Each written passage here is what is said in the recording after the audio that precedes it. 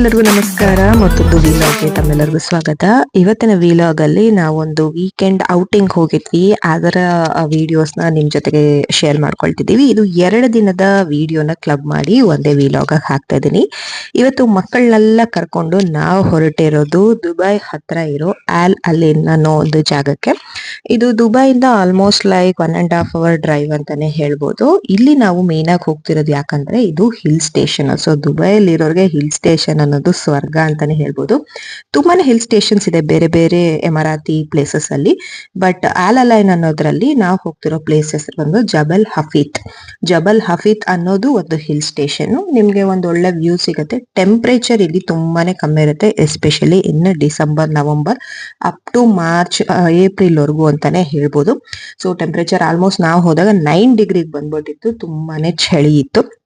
So weekend ಅಲ್ಲಿ 2 ದಿನಕ್ಕೆ cover ಮಾಡಬೇಕು ದುಬೈಯಿಂದ ಆಚೆ ಒಂದು ಔಟಿಂಗು ಸ್ಟೆಕೇಶನ್ ಅಂದ್ರೆ ಒಳ್ಳೆ ಪ್ಲೇಸ್.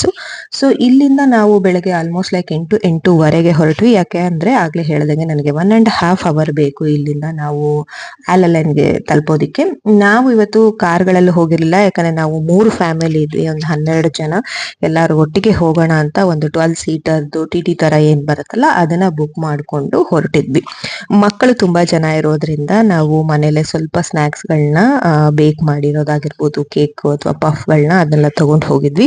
ಯಾಕಂದ್ರೆ ಬೆಳಗ್ಗೆ ತಿಂಡಿ ತಿಂದು ಹೊರಟಿದ್ವಿ. ಸೊ ದಾರಿಲಿ ಹೋಗ್ತಾ ಮಕ್ಳು ಕೇಳ್ತಾರೆ ಅಂತ ಕೆಲವಾರು ಇದನ್ನ ತಗೊಂಡು ಹೋಗಿದ್ವಿ.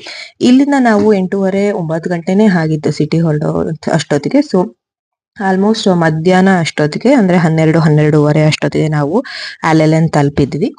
ಆ ಲೆಲೆನಲ್ಲಿ ಫಸ್ಟ್ ನಾವು ಸಿಟಿ ಸೆಂಟರ್ ಇಂದ ತಿರ್ಗಾ ಮೇಲ್ ಅಂದ್ರೆ ಜಬಲ್ ಹಫೀತ್ ಏನ್ ಹೇಳಿದೆ ನಾನು ಹಿಲ್ ಸ್ಟೇಷನ್, ಅಲ್ಲಿಗೆ ಹೋಗಿ ಇನ್ನೂ ಒಂದು ಅರ್ಧ ಗಂಟೆ ಬೇಕು. ಯಾಕಂದ್ರೆ ಇದು ತುಂಬಾನೇ ಕರ್ವ್ಗಳಿದೆ.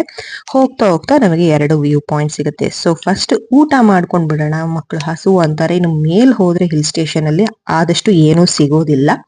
ಸೊ ನೀವು ಮೇಲ್ ಹತ್ತೋದಕ್ಕೆ ಮುಂಚೆನೆ ಊಟ ತಿಂಡಿ ಅಂತ ನಿಮ್ಗೆ ಏನಾದ್ರು ಬೇಕಾದ್ರೂ ಇಲ್ಲೇ ಪರ್ಚೇಸ್ ಮಾಡ್ಬೇಕಾಗತ್ತೆ, ಇಲ್ದರೆ ಎಲ್ಲದಕ್ಕೂ ಸಿಟಿಗೆ ಬರ್ಬೇಕು.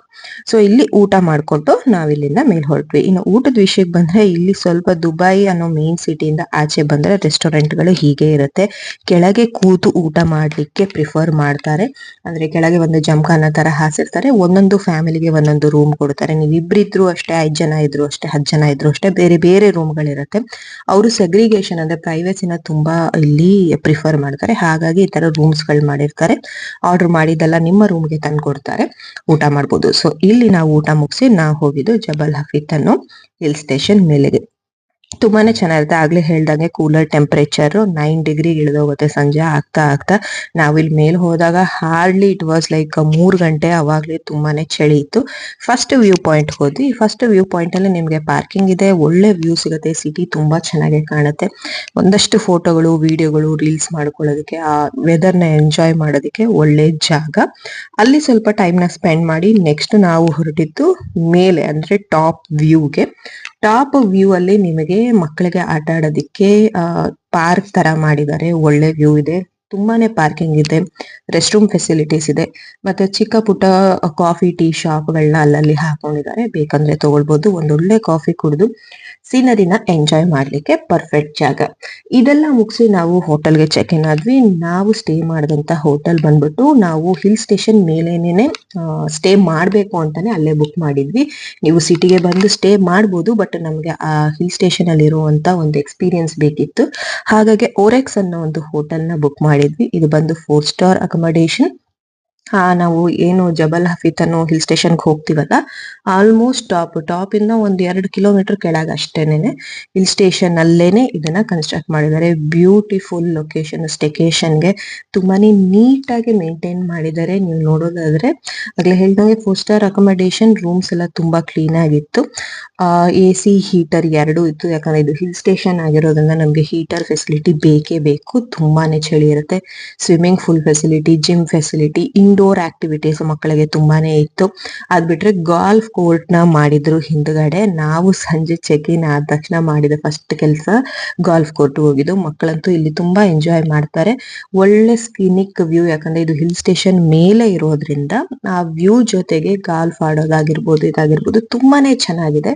ಅಂಡ್ ನಾವು ತಗೊಂಡಂತ ರೂಮು ವಿತ್ ಬ್ರೇಕ್ಫಾಸ್ಟ್ ಆಗಿತ್ತು. ಆಗ್ಲೇ ಹೇಳ್ದಂಗೆ ನಿಮ್ಗೆ ಮೇಲ್ಗಡೆ ಏನೂ ಸಿಗಲ್ಲ, ಬಟ್ ಈ ಹೋಟ್ಲಿಗೆ ಚೆಕ್ ಇನ್ ಆದಾಗ ನಿಮ್ಗೆ ಕೆಳಗಡೆ ಶಾಪ್ಗಳಿದೆ. ಅಕಸ್ಮಾತ್ ನಿಮ್ಗೆ ಸ್ವಿಮ್ಮಿಂಗ್ ಡ್ರೆಸ್ಗಳು ಬೇಕಿತ್ತು, ಟವಲ್ ಬೇಕಿತ್ತು, ಚಿಕ್ಕ ಪುಟ್ಟ ಮೆಡಿಸನ್ ಬೇಕಿತ್ತು ಅಂದ್ರೆ ಇಲ್ಲಿ ಒಂದು ಶಾಪ್ ಅವರೇ ಹೋಟ್ಲ್ ಅವರು ಮ್ಯಾನೇಜ್ ಮಾಡಿದ್ದಾರೆ, ಅಲ್ಲಿ ಬೇಕಾದ್ರೆ ನೀವು ಪರ್ಚೇಸ್ ಮಾಡಬಹುದಾಗಿತ್ತು. ಓವರ್ ಆಲ್ ನಾನು ಹೋಟೆಲ್ಗೆ 9/10 ಕೊಡ್ತೀವಿ. ಯಾಕಂದ್ರೆ ಕ್ಲೀನ್ಲಿನೆಸ್, ಬೆಳಗ್ಗೆ ಊಟನೂ ಅಷ್ಟೇ ತುಂಬಾನೇ ಚೆನ್ನಾಗಿತ್ತು. ಫುಲ್ ಬಫೆ ಇರುತ್ತೆ.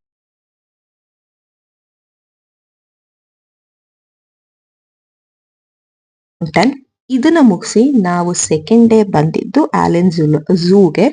ಇದು one of the biggest zoo in ಆಲಿನ್. Almost like 400 acres ಅಲ್ಲಿ ಮಾಡಿದ್ದಾರೆ ಅಂತ ಹೇಳ್ತಾರೆ.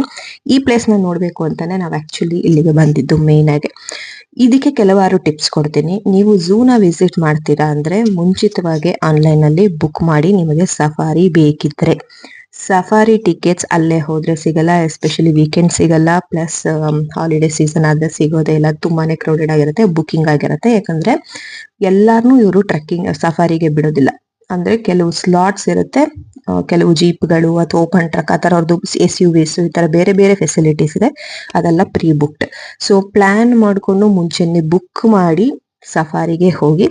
ಸಫಾರಿ ಬೇಡ ಬರೀ ಝೂನ ನೋಡ್ತೀವಿ ಅಂದ್ರೆ ಡೈರೆಕ್ಟ್ ನೀವು ಹೋಗ್ಬೋದು. ಇನ್ನು ಝೂ ಟಿಕೆಟ್ಸ್ ಬಂದ್ಬಿಟ್ಟು ನಮ್ಗೆ ಆಲ್ಮೋಸ್ಟ್ ಲೈಕ್ 20-30 ದಿರಮ್ಸ್ ದೊಡ್ಡವರಿಗೆ, ಚಿಕ್ಕವರಿಗೆ ಬಂದ್ಬಿಟ್ಟು 10 ದಿರಮ್ಸ್ ಒಳಗೆ ಇರುತ್ತೆ. ಝೂ ಎಂಟ್ರಿ ಟಿಕೆಟ್ಸ್ ತಗೊಂಡ್ರೆ ನೀವೆಲ್ಲಾ ಕಡೆ ನಡ್ಕೊಂಡು ಓಡಾಡ್ಬೇಕು. ಬಟ್ ನಾವೇನ್ ಮಾಡಿದ್ವಿ, ಪುಟ್ಟ ಮಕ್ಕಳು ಇದ್ದಿದ್ರಿಂದ ಝೂ ಎಂಟ್ರಿ ಟಿಕೆಟ್ ಜೊತೆಗೆ ಶಟಲ್ ಸರ್ವಿಸ್ ತಗೊಂಡ್ವಿ. ಶಟಲ್ ಸರ್ವಿಸ್ ಅಂದ್ರೆ ನಿಮ್ಗೆ ಝೂ ಒಳಗೆ ಶಟಲ್ ಅಲ್ಲಿ ಕರ್ಕೊಂಡು ಹೋಗ್ತಾರೆ. ಆಗ್ಲೇ ಹೇಳಿದ್ರೆ ತುಂಬಾ ದೊಡ್ಡ ಝೂ, ಮಕ್ಕಳು ನಡೆಯಲ್ಲ ಅನ್ನೋರು ಈ ಫೆಸಿಲಿಟೀಸ್ ನ ಅವೈಲ್ ಮಾಡ್ಕೋಬಹುದು. ಅದು ಬಿಟ್ಟು ನಿಮಗೆ ಒಳಗಡೆ ಹೋದ್ರೆ ನಿಮ್ಗೆ ಮಕ್ಕಳದು ಟ್ರಾಲಿ ಬೇಕಾದ್ರೂ ಅದಕ್ಕೂ ನೀವು ಪೇ ಮಾಡಿ ರೆಂಟ್ಗೆ ಪರ್ಚೇಸ್ ಮಾಡಿ ಓಡಾಡಿ ಆಮೇಲೆ ವಾಪಸ್ ಕೊಟ್ಟು ಬರ್ಬೋದು. ಕ್ಲೀನ್ ಆಗಿ ಮೇಂಟೈನ್ ಮಾಡಿದ್ದಾರೆ. ಬಟ್ ಇದರ ಮೇನ್ ಅಟ್ರಾಕ್ಷನ್ ಸಫಾರಿನ ಮಿಸ್ ಮಾಡ್ಕೋಬೇಡಿ. ತುಂಬಾನೇ ಚೆನ್ನಾಗಿದೆ.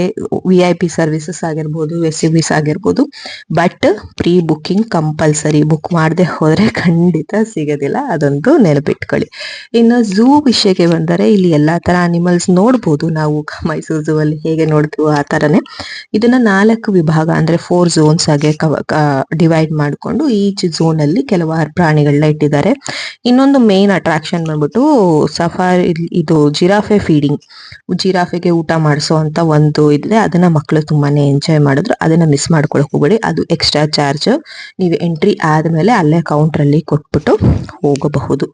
ಈ ತರ ನಮ್ಮ ವೀಕೆಂಡ್ ಸ್ಟೇಕೇಶನ್ ನಾವು ಎಂಜಾಯ್ ಮಾಡಿದ್ವಿ. ಹೇಗೆ ಅನ್ನಿಸ್ತು ಈ ವಿಡಿಯೋ ಕಮೆಂಟ್ ಮಾಡಿ ತಿಳಿಸಿ. ಮುಂದಿನ ವಿಲಾಗ್ ಅಲ್ಲಿ ಸಿಗ್ತೀವಿ.